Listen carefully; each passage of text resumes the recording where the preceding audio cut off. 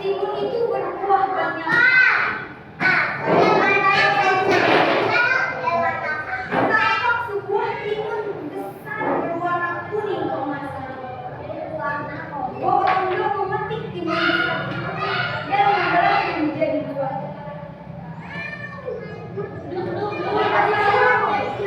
Karena di dalamnya terdapat seorang bayi perempuan yang begitu cantik. Lalu ia menamainya dengan Timun Mas. Setelah beberapa tahun berlalu, Timun Mas tumbuh menjadi gadis cantik dan kasih sayang Bo Rondo kepadanya tidak terhitung. Ada suatu hari,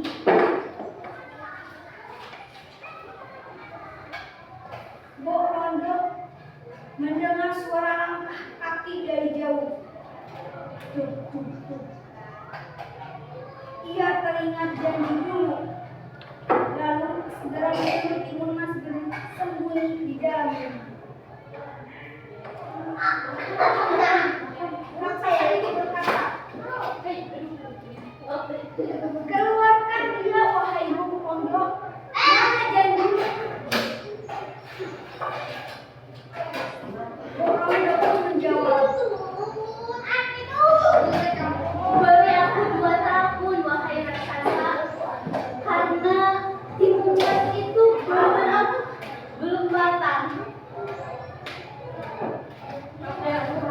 Raksasa itu berkata, baiklah, bagus, aku beri kamu 2 tahun saja, tidak lebih.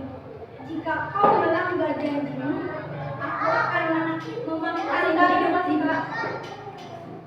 Lalu raksasa itu berkata dan tertawa, haha.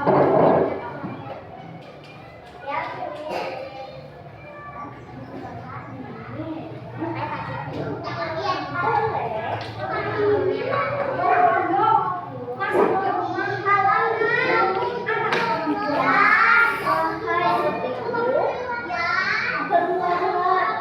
Karena raksasa itu sudah pergi dari karena raksasa itu sudah pergi dari rumahku, dari rumah kita. Mengapa, wahai ibu, raksasa itu ingin memakanku?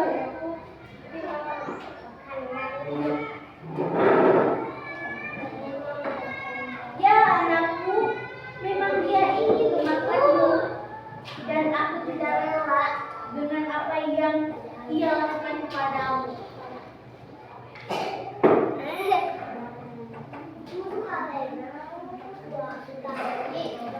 Suatu malam, Bo Rondo mendengar suara aneh dalam mimpinya.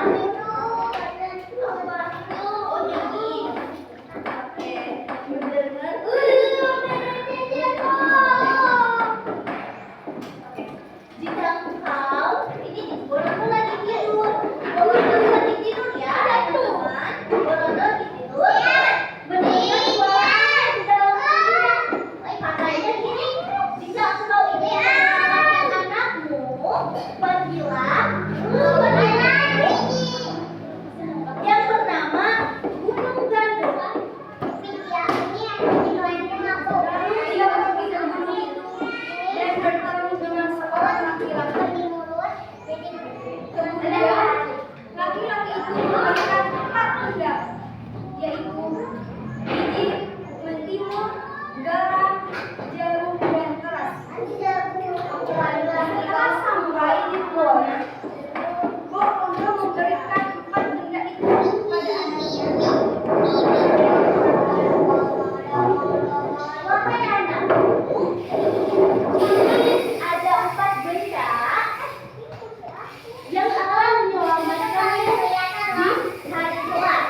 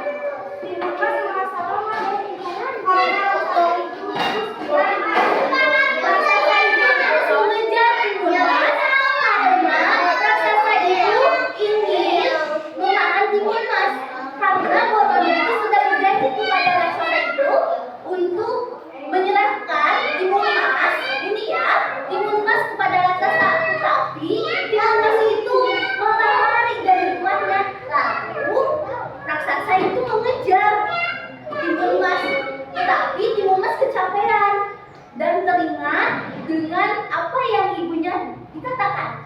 Kan tadi Borondo tuh ibunya sudah memberikan 4 budaya. Ada terasi, ada biji timun mas, dan garam dan juga apa? Paku. Benar.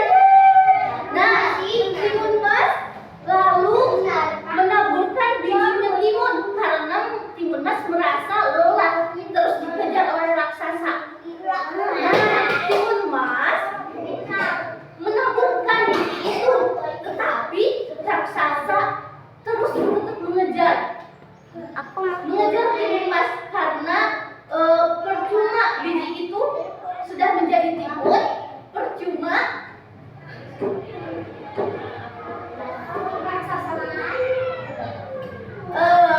karena raksasa badannya gede, besar, jadi raksasa bisa melewati timun mas itu, timun itu, ya.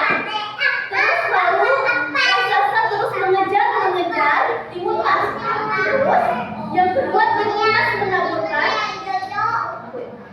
menaburkan paku-paku, tapi tetap saja raksasa terus mengejarnya karena bisa melewati rintangan itu. Lalu terus mengejar timun mas. Terus timun mas juga langsung menabur lagi garam menjadi sungai yang sangat gede, danau yang sangat gede. Tapi raksasa tetap saja bisa melewati danau itu, danau yang sangat dalam dan sangat luas. Masih tetap saja untuk mencari si timun mas, ya. Terus dan timun mas melihat masih ada satu lagi benda itu, yaitu terasi. Terasi itu menjadi lumpur yang sangat panas dan sangat melekat, dan raksasa terjebak di dalam lumpur yang panas itu dan tidak bisa lagi mengejar timun mas karena sudah tenggelam di dalam lumpur yang sangat panas. Jadi raksasa itu sudah tenggelam di dalam lumpur yang sangat panas itu dan tidak lagi bisa mengejar timun mas. Lalu timun mas pulang ke rumahnya dan menemui ibunya, Borondo, ya, Borondo. Lalu berkata, "Wahai ibu, saya sudah selamat dari raksasa itu." Lalu Borondo menjawab,